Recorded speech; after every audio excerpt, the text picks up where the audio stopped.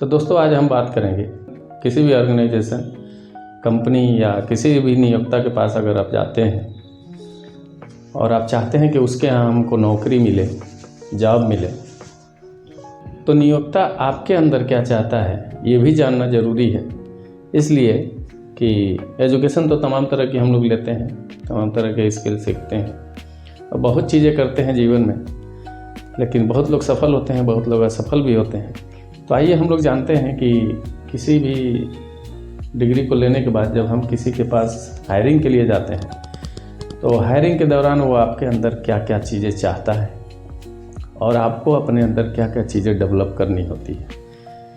तो हम एक पिरामिड के माध्यम से आपको समझाने का प्रयास करेंगे कि द हायरिंग पिरामिड, यानी कि एक पिरामिड मैंने बनाया है जैसा कि आप देख पा रहे हैं, और स्टेप बाय स्टेप मैं बताऊंगा कि आपके अंदर वो कौन कौन से गुण विकसित करने हैं जिसके आधार पे आप किसी भी जगह जाके अपनी हायरिंग करा सकते हैं। तो आइए हम लोग जो है चलते हैं स्टेप बाय स्टेप।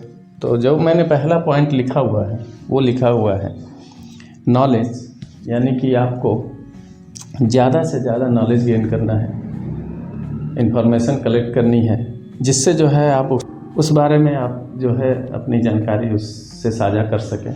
इसलिए आपको उसके बारे में जो है विधिवत जो है ज्ञान होना ज़रूरी है। दूसरा आता है स्किल्स। स्किल्स का मतलब कि आपके अंदर कौशल। पहले तो आपने देखा कि नॉलेज, यानी कि आपने ज्ञान अर्जन किया, अब उसको करने में कितना आप दक्ष हैं, उसके लिए आपको स्किल्स की ज़रूरत है।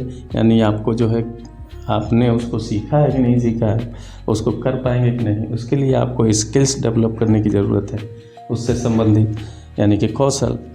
तीसरा आता है एक्सपीरियंस, यानी कि जो है उस कार्य से संबंधित आपके पास कितना अनुभव है, जिसके आधार पे आपको जो है ज़्यादा से ज़्यादा हायरिंग के चांसेस रहते हैं।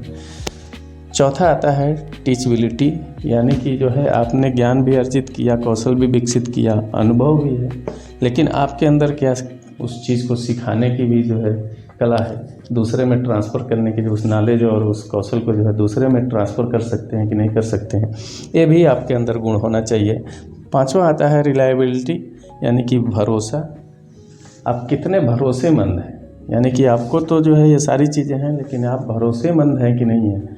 किसी नियोक्ता ने आपको नियुक्ति दे दिया, हायरिंग कर लिया और उस कार्य में सब कुछ सही कर रहे हैं, लेकिन उसके लिए जो है कितने भरोसेमंद हैं, जो भी कंडीशंस हो सके उस पर आप कितना खरा उतरते हैं और उसको कितना फॉलो करते हैं और टाइम टू टाइम उसके दिए गए नियमों के अनुसार आप कार्य करते हैं। ये भरोसा आपका जो है, यानी कि किसी का विश्वास जीतना, आपके ऊपर भरोसा कोई तभी करेगा जब आप उसके कार्यों पर, मापदंडों पर खड़ा उतरेंगे।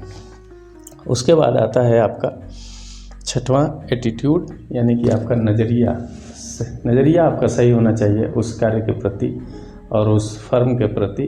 तो आपके अंदर वो जो है एक एटीट्यूड, आपका एटीट्यूड चेक करता है, यानी कि आपका नज़रिया क्या है, वो आपसे तमाम सवाल करता है और आपके बातों से ही उसको पता चल जाता है कि आप किस एटीट्यूड के हैं, आपके अंदर क्या नज़रिया है।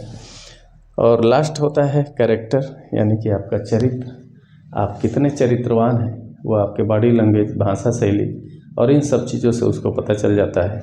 और फिर उससे जुड़ के जो है आप अपने कार्य करते हैं और अपने भविष्य को सुनिश्चित करते हैं। तो इस स्टेप्स को जो है अगर फॉलो करते हैं और अपने अंदर विकसित करते हैं तो आपकी हायरिंग कहीं भी जो है आसानी से हो जाएगी। इसलिए कि अगले को जो है इन सारी चीज़ों की ज़रूरत है जो एक अच्छे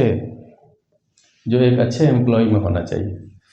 तो मुझे उम्मीद है ये वीडियो आपको अच्छी लगेगी। जो भी ऑब्जर्वेशन हो कमेंट बॉक्स में ज़रूर दें। धन्यवाद।